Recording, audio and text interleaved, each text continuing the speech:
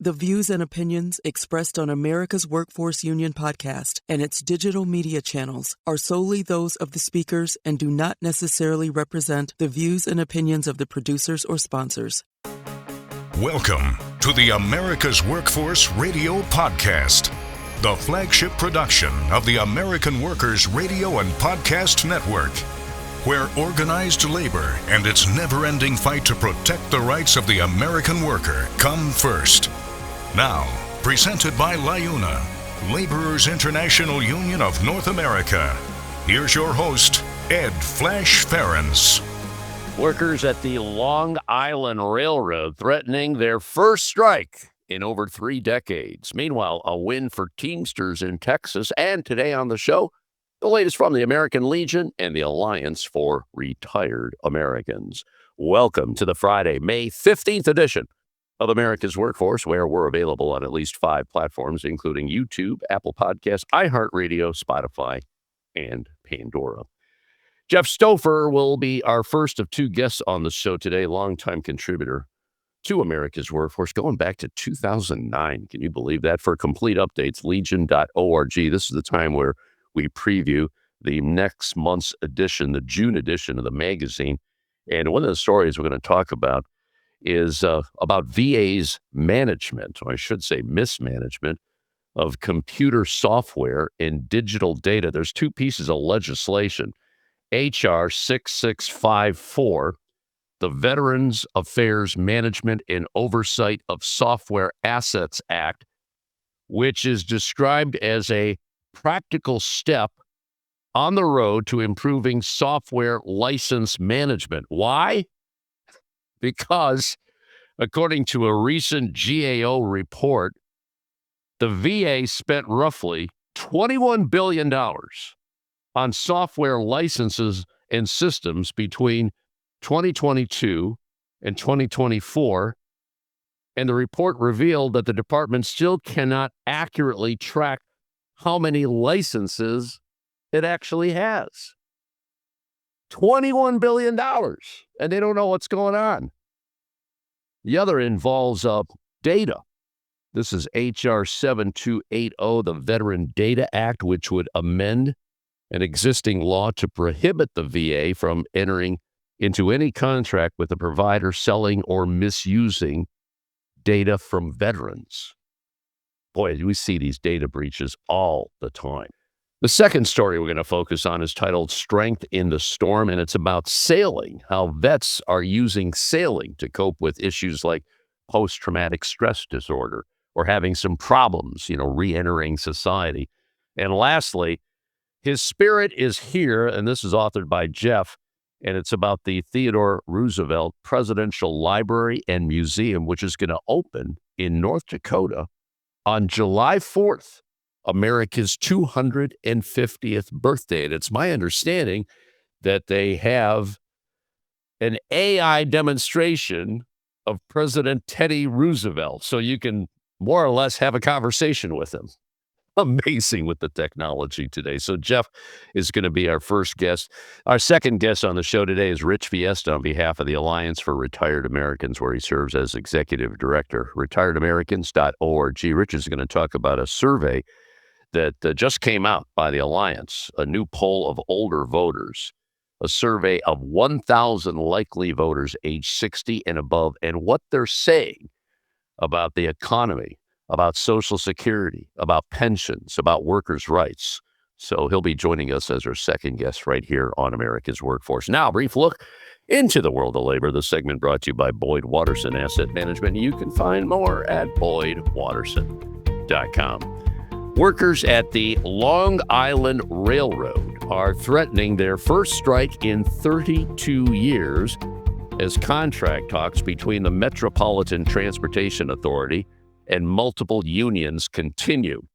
Wage increases are the key issue of the disagreement in bargaining, while the bargaining coalition of the railroad and MTA have agreed on retroactive wage increases covering the past 3 years, while the bargaining coalition, representing 5 unions, including the International Association of Machinists and Aerospace Workers, is asking for a 5% wage hike Well, the MTA has only agreed to 3%.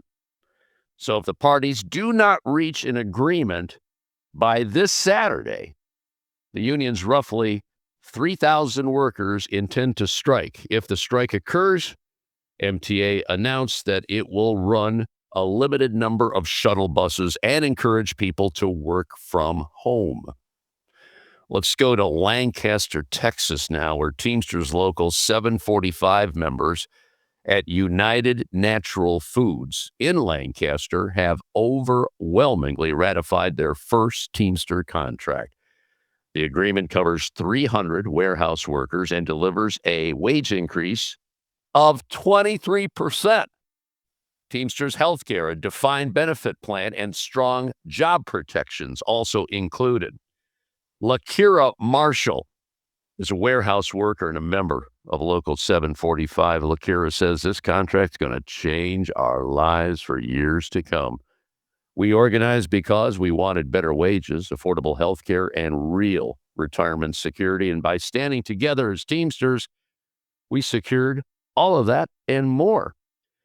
Now, the workers at the Lancaster Distribution Center voted to join the Teamsters in December, following an earlier organizing victory by drivers at the same facility.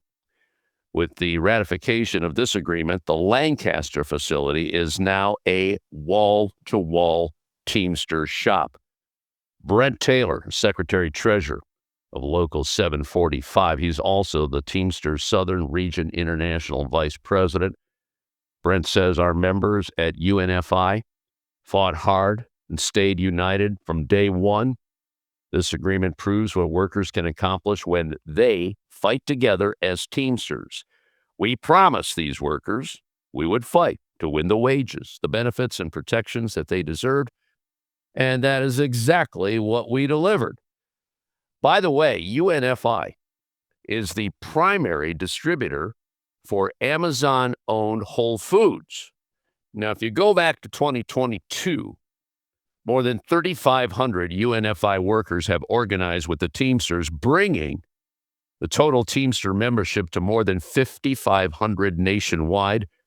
Newly organized workers at UNFI facilities across the country continue to win strong first contracts that raise standards at the company. So congratulations to Local 745, the members there in Lancaster, Texas, members of the International Brotherhood of Teamsters, one of the many proud sponsors of this show we call America's Workforce. All right, we're going to take a quick break. When we come back, Jeff Stoffer on behalf of the American Legion. Once again, you're listening to America's Workforce. You're listening to America's Workforce with Ed Flash Ferens. It takes LIUNA to keep America running. Over 70,000 public employees are part of LIUNA, the Laborers International Union of North America, delivering critical services such as healthcare and emergency response, as well as maintaining roads and sanitation systems. Even the National Postal Mail Handlers Union, representing over 47,000 U.S. postal workers, is affiliated with LIUNA. Find out what it takes for LIUNA to keep America running at liuna.org. That's liuna.org. America's Workforce Radio is sponsored in part by the International Union of Painters and Allied Trades, District Council 6, representing painters, glazers, drywall finishers, and sign and display industry workers. They remind you that belonging to a union is your right as an American. America's Workforce is sponsored in part by Boyd Watterson Asset Management, LLC. Find out more about our investment solutions tailored to meet the needs of Taft-Hartley funds at boydwatterson.com. America's Workforce is brought to you in part by the Heat and Frost Insulators Labor Management Cooperative Trust. Find out more at insulators.org/LMCT. Founded in 1887, the Brotherhood of Maintenance of Way Employees Division of the International Brotherhood of Teamsters represents the employees responsible for tirelessly constructing and maintaining the national rail system in America. For more than a century, the Brotherhood of Maintenance of Way Employees has proven they have what it takes to protect its members and meet the ever-changing challenges of the rail industry. Today, the BMWED continues to fight for job security, fair wages, better benefits, and safer, more modern work environments. For more information, please visit bmwe.org. Now, back to America's Workforce. Here's Ed Flash Ferens. And remember, you can check us out on Facebook or follow us on X, formerly known as Twitter. That would be AWF Union Podcast, AWF Union Podcast. Let's go to our featured guest, longtime contributor to America's Workforce. On behalf of the American Legion, for complete updates, go to legion.org. And this is the time of the month where we preview the next month's edition. And we have a lot to talk about here, especially when it comes to the Veterans Administration. Jeff, welcome back to the show. I want to talk to you about the VA's management of computer software and digital data. Apparently, some lawmakers have a few questions, probably more than a few questions, but apparently there's some scrutiny about this software. And obviously, we want to make sure that the vets get what they deserve.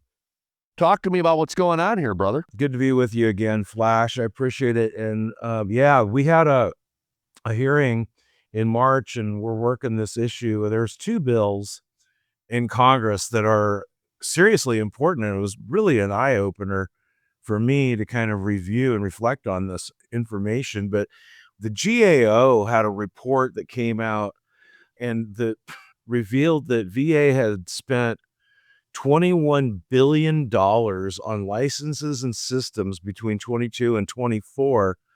But their report revealed that, quote, the department still cannot accurately track how many licenses it uses. Like, the licenses are there, but are they in use? Are they redundant? Are they doing what they were meant to do?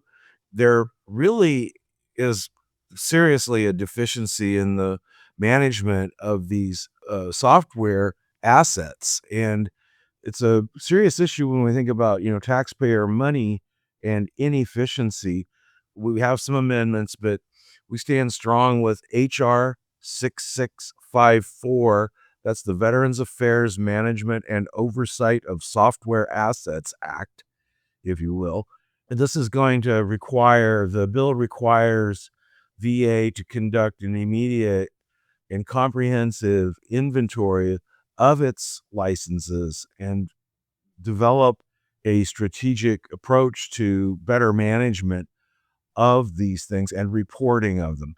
Software licenses, I know even at our organization or any organization, you can collect them. You can collect software licenses, and you may or may not have all the time to do an efficient study of ensuring that they are doing what they were meant to do and that they're performing the way they're supposed to perform. $21 billion on software licenses over this 2-year period, and VA cannot really track where they are or what they do or whether they're doing any good. Our legislative director / Veterans Affairs and Rehabilitation Director, Cole Lyle, testified in person before the House Veterans Subcommittee on Oversight and Investigations to send the message that the veterans of America want this solved. And this kind of inefficiency or duplication, how big it is, what it is, I don't think anybody truly knows, because they don't have an accurate accounting and they don't have a good management program for it. The other bill that is out there that I think is really an eye-opener is the Veteran Data Act. That's HR 7280, that would amend existing law to prohibit VA from entering into contracts with providers who would then sell or in other ways misuse veteran data management. This all comes down to data management. The thing that I think, I was reading through Cole's testimony that he delivered. When we deliver testimony, we deliver a written testimony and then have an oral testimony before the lawmakers. Then the written testimony, I think the thing that kind of shocked me was, he wrote in his written testimony, the VA's data privacy standards are outdated, the most important ones being from the Privacy Act of 1974. Now, I'll tell you what, I know a lot of things have changed since 1974, but data has certainly changed a lot. It's changed a lot since 2024.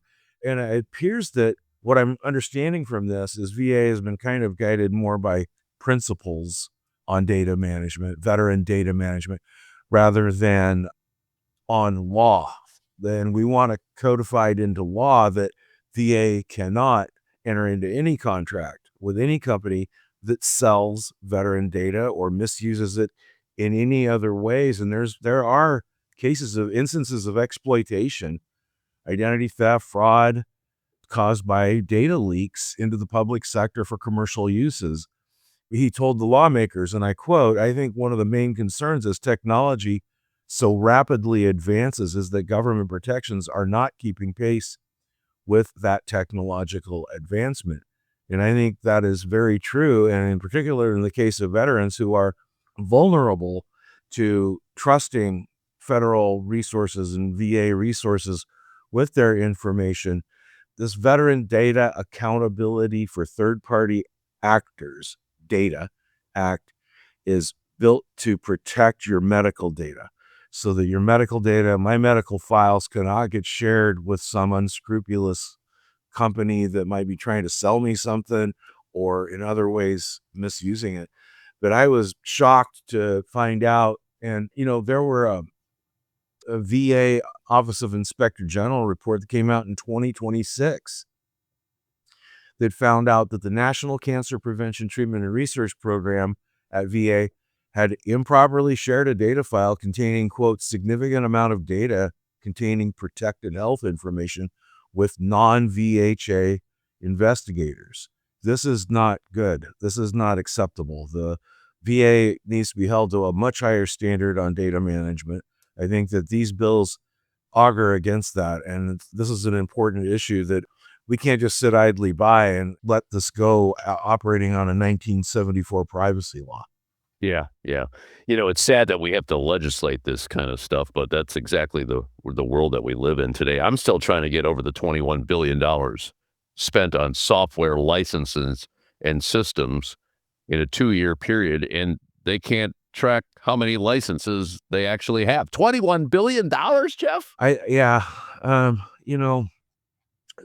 This is like you say, you can't hardly, it's unfathomable that they don't have oversight of this or effective oversight of it. VA is a big, sprawling agency, big, sprawling department of federal government, a big arm of federal government. And I can understand that sometimes things get lost in the labyrinth of the bureaucracy, but this has to be solved because data management in this era of cybersecurity threats and all that, this is chilling. We need to address it. The legislation does just that. H.R. 6654, that's the Oversight of Software Assets Act, and H.R. 7280, the Veteran Data Act. Let's move on to the next story. That's strength in the storm. You and I have had many conversations over the years with the vets who need some help when it comes to things like PTSD, traumatic brain injury. This one involves sailing. Talk to me about it, Jeff. Yeah, Ken Olson, our friend Ken Olson, who is kind of our West Coast magazine writer. He lives in Oregon, and he came into the story of this Oregon National Guardsman, still a National Guardsman. His name is Michael Tiemann. He's a combat veteran with multiple combat deployments. He's a single father, and he is a guy that serves his country to this day. But when he got home, he was a kid who grew up loving the ocean, and he wanted so badly to become a marine biologist. Things didn't really work out. He instead became a bartender and a karaoke host and a sound tech, but he kept wanting to change his life. He came back to his original dream was sailing and to get out onto the water and get out onto the sea. He was actually, I think, at Fort Gordon when, other guys would get off duty and they would go at the bars and stuff like that. And he would go down and he would meet these people who were at the yacht club, and he would offer to help them if in return for lessons in how to sail. And over time, he learned to become a sailor, trying to get his money together to get a boat. And he would go, there's this line in here. He ended up back in Oregon, where he's still in the National Guard, but he would hold up a sign saying "Got Crew," And so these people who were operating these sailboats, who needed a little help, needed somebody to staff them, would pick him up, and he would be a volunteer crew member on these sailboats. So he learned this, and he realized that it was really helping him in the transition between military service, especially combat deployment, and civilian life. And so he came up with this idea. He was doing some work with the Parks and Recreation Department in Oregon, in Eugene. He had joined the American Legion post 83 in Eugene, Oregon, and he had put two and two together. The Parks and Rec Department, he said, it'd be great if we had like a program on sailing for veterans who have come back, who are having difficulty in transition, and also first responders. And the Parks and Rec Department said, yeah, why don't you do that under our name and we'll support it. And so did the American Legion in Oregon. Lo and behold, out of this comes Guardian Sailing, which is a nonprofit, and every bit a very trustworthy nonprofit from the perspective that this is a guy who's doing it for the right reasons, and it's not a business plan. It is a plan to help veterans kind of heal and adjust through the act of sailing. Sailing is intense, on the water, unpredictable sea. They sail on a reservoir outside of Eugene, but they also go out on the ocean. And in 2024, he got a group of veterans and first responders together, and they did the Race to Alaska. You have to go from Victoria, British Columbia to Ketchikan, Alaska, 750 miles without a motor. The experience was this, that they said that, they got 12th place. He says, we knew we weren't going to win, but they agreed that success would be good relationships with each other, because you have to work together, you have to act together. First responders, former military personnel, this is therapeutic for those who are in transition. And this Legionnaire, Michael Tiemann, he is still in the National Guard, and he plans, after he gets done with the National Guard, when he fully retires, he plans to expand it and get into kind of more, just adding in land-based excursions and events and activities. He just knows, like we've talked so many times on the show, what air and activity and purpose and camaraderie can do to improve the well-being of a veteran. The article that Jeff is talking about is titled Strength in the Storm, and if you are a member of the American Legion, you'll be getting your copy shortly, and this will be in the June edition. More to come from Jeff Stoffer later in the show. Rich Fiesta on behalf of the Alliance for Retired Americans. Back in a few minutes. Once again, you're listening to America's Workforce. This is America's Workforce. More shows available at awfradio.com. It takes LIUNA to build North America's infrastructure. From roads and bridges to schools and skyscrapers, the men and women of LIUNA, the Laborers International Union of North America, build the projects we depend on. From constructing the Freedom Tower on the site of the former World Trade Center to untangling Washington, D.C.'s congested interstate, LIUNA members do the work that matters. Find out what it takes to be built by LIUNA at liuna.org. That's liuna.org. American workers are sick of struggling to get by. It's time to get ahead. In the Teamsters Union, workers are winning industry-leading contracts, historically high wages, fully paid health care, and retirement benefits you can count on. Across the country, Teamsters fight alongside our brothers and sisters to secure a better life. It's what we've been doing and how we've been living for more than a century. When we fight, we win. Join us. Be a Teamster.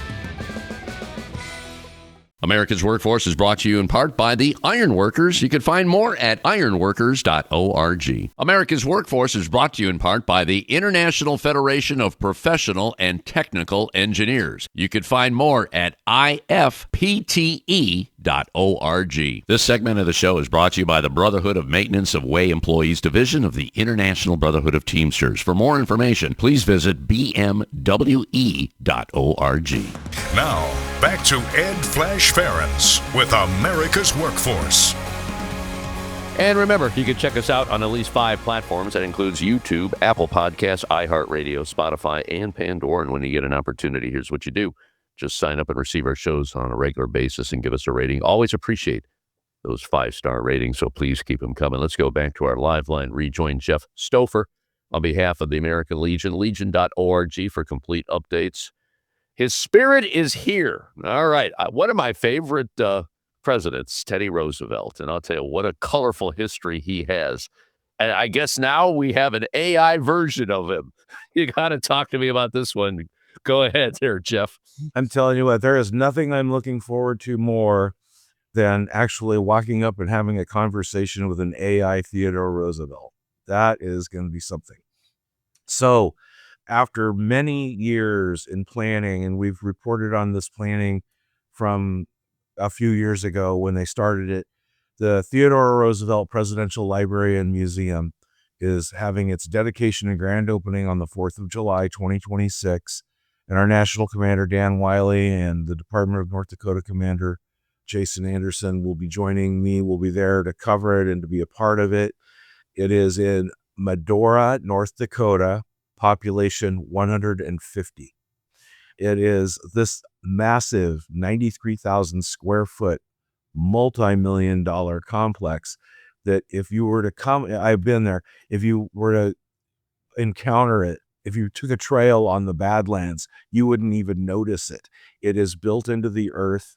It is a beautiful, ecologically developed facility that is in two massive wings. The one wing is literally a museum, and they're going to have all kinds of high-tech virtual reality experiences. You know, you can be at around a campfire on his Elkhorn Ranch in Medora, or you could be in the White House with him, or you could see his childhood home, or you can float on the River of Doubt, where Roosevelt was so badly got sickened, and then he hurt his leg and it became septic and nearly killed him on that trip. You can actually experience these things. This isn't going through your typical museum and reading the placards on the wall, which I love to do, but this is going to be very immersive. The big question comes, why Medora, North Dakota? And the story that I wrote for the June issue is precisely that. Theodore Roosevelt said that he would never have been president of the United States if not for his time in North Dakota. He was only 24 years old when on Valentine's Day, on the exact same day, his wife and his mother both died. It was in 1884. They both died on the exact same day, and he was devastated. You know, the light has gone out of my life, he said. And it wasn't very long. A couple of months later, he basically left all of his political positions. He left his business interests, packed up, and he went off to Medora, North Dakota, and decided that he would become a cowboy. And remember, Theodore Roosevelt was born and bred in Manhattan, but he was always willing to try and willing to fight and willing to test himself. There in Medora, he loved it. He got to know the land. He got to know the nature. He got to know the people. He got to know what it took to work out there. That's where his love of, quote unquote, the strenuous life came. And that's where he learned about people who work hard for a living. And that, I think, certainly influenced his later decisions and his later leadership in making lives better for all American workers. I think that most people understand that Theodore Roosevelt had a big part in improving the lives of workers when he was president. But that period of time that he spent in North Dakota changed him. And it made him understand every aspect of the American heartland, of the American worker, the people whose lives were put on the line every day to fulfill the promise of our nation. This library and museum is no small deal for North Dakota, whose population is not quite 1 million. They're expected to get 500,000 visitors a year to this museum and library. It's going to change the economy of North Dakota. Oh, yeah. I've been to Medora, and it's this little town, but it is literally in the winter. I was there in November, and it was 150 population. But in the summer, it's a big theme park almost, and it's a big tribute to Theodore Roosevelt and his legacy and his place there. Such a legacy, you know, people who haven't really taken a chance to look at the Theodore Roosevelt story need to. I keep coming back to this combination of the rugged individualist, but also at the same time, compassion for the common good of all people. He fused it, and it became part of the American identity. And I think it's most fitting that this dedication occur on the 4th of July, 2026. Absolutely. Once again, the article is titled, His Spirit is Here. We're talking about the Theodore Roosevelt Presidential Library and Museum, which is going to open in North Dakota on America's 250th birthday. His words of wisdom: live passionately, think boldly, care deeply, and dare greatly. I love that. Love that. Good stuff there. Thank you so much, sir, Mr. Stoffer. You take care, and we'll talk to you next month, okay?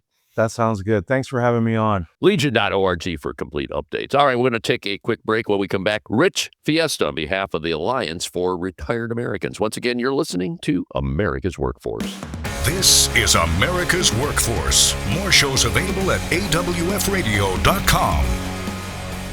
There is unity and strength for workers. We are the USW. We are the USW. The United Steelworkers. The largest industrial union in North America. We represent 850,000 members in the U.S., Canada, and the Caribbean. We work in metals, rubber, chemicals, paper, oil refining, atomic energy, and the service sector. We are steelworkers, standing strong and fighting for what's right. America's Workforce is presented by the Laborers International Union of North America. Feel the power right now at liuna.org. America's Workforce is brought to you in part by the United Steelworkers. You can find more at usw.org. America's Workforce is brought to you in part by the Communication Workers of America. You can find more at cwa-union.org. America's Workforce appreciates our sponsor, the Columbus Central Ohio Building and Construction Trades Council, who represents more than 18,000 workers from 19 affiliated local unions and district councils. Now, back to Ed Flash Ferens with America's Workforce. And remember, you can check us out on Facebook or follow us on X, formerly known as Twitter. That would be AWF Union Podcast, AWF Union Podcast. Let's go to our next guest. That would be Rich Fiesta. Rich is the Executive Director of the Alliance for Retired Americans. Here's a website you need to go to: retiredamericans.org, retiredamericans.org. And Rich is telling me that they just completed a survey of 1,000 likely voters age 60 and above. Rich, I'm sure you're filled with data here that you can share with our listeners. What are the voters 60 plus saying about what's going on in America? Go ahead. Well, they are not happy with what is going on either in their personal lives regarding health care and their financial situations, and not happy with what is going in our public life and our politics as well. Obviously, we know this is an important election year with the midterm elections coming up, 36 governors, state legislatures. So we're in the field. Basically, voters are moving away from the current narrative by this administration and this White House that things are fine, things are getting better, are not very happy on what they're seeing is coming with prices and affordability, and are very worried about the future of the Social Security and Medicare and Medicaid systems. I'm reading that a lot of these folks, we're talking a big chunk of retirees here, were involved in unions, and they're retired union members, some still active in their unions. And apparently this could make a difference coming up in November, right? Yes, we poll almost every year, and we've seen a shift even from a year ago. And older voters, unlike we've seen in recent elections where younger voters swing back and forth, older voters tend to stay solid on where they vote year over year. But now this year, we've seen a shift from last year of voting or thinking of voting more Democratic by 3 or 4 points. And that may sound like a small number, but in a midterm election with older voters will be a much larger piece of the election pie, larger percentage as opposed to a presidential year. And in a lot of swing districts, we also oversampled in 39 swing U.S. House districts. This could have a huge effect on the outcomes in November. So what are they saying in the polling as far as why they're making that switch? You kind of touched on a little bit here. Obviously, affordability is a big issue. Can you give us a little more? Yes, economic concerns are dominant. People over 60, and especially people over 65 who are on Medicare and most likely retired, have fixed incomes. They're not working. They're seeing everything going up from the gas pump to the grocery store, and they don't see this current Congress doing things to help them.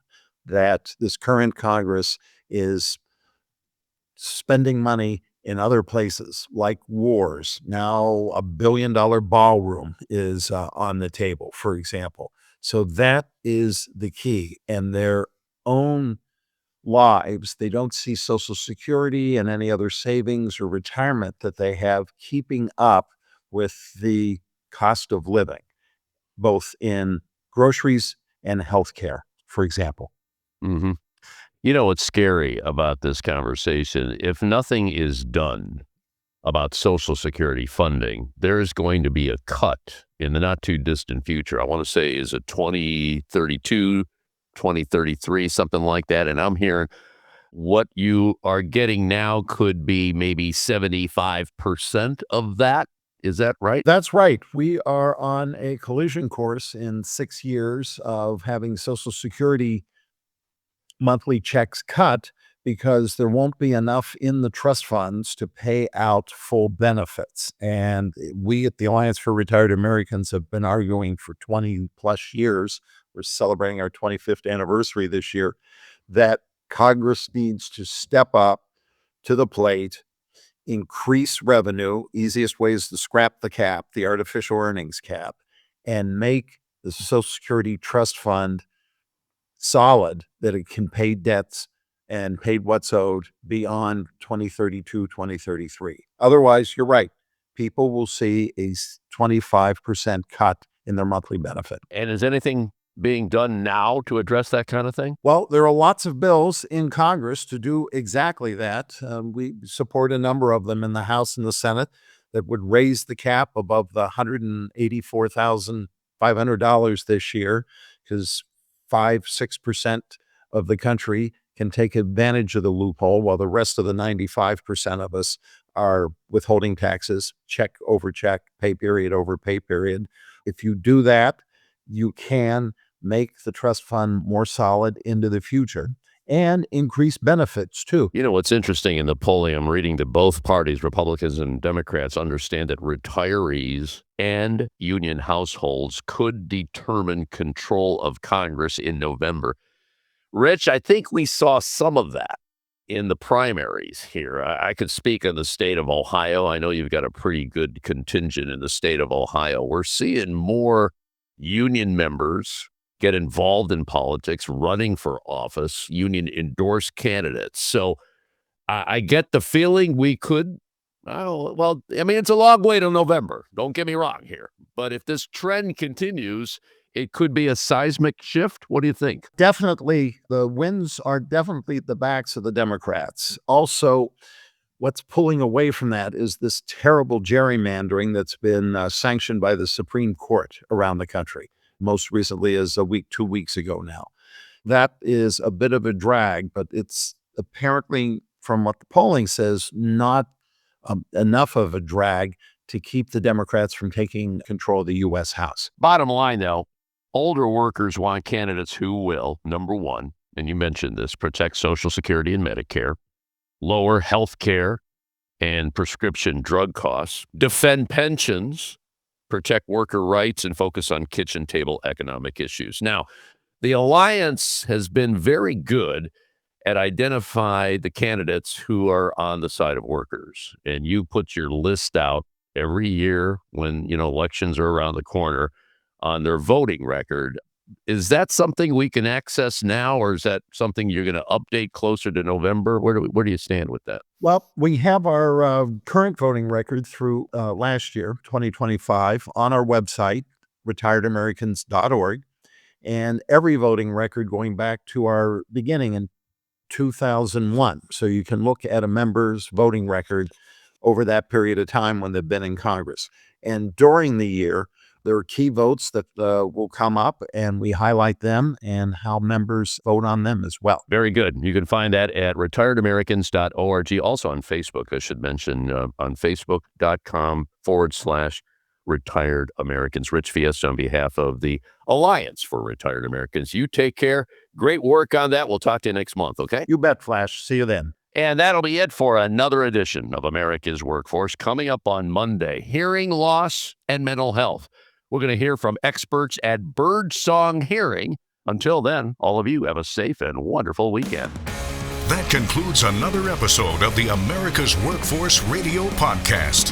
Thanks for listening, and be sure to subscribe so you never miss a show. America's Workforce is a production of Labor Tools and BMA Media Group. Find out more information online at labortools.com.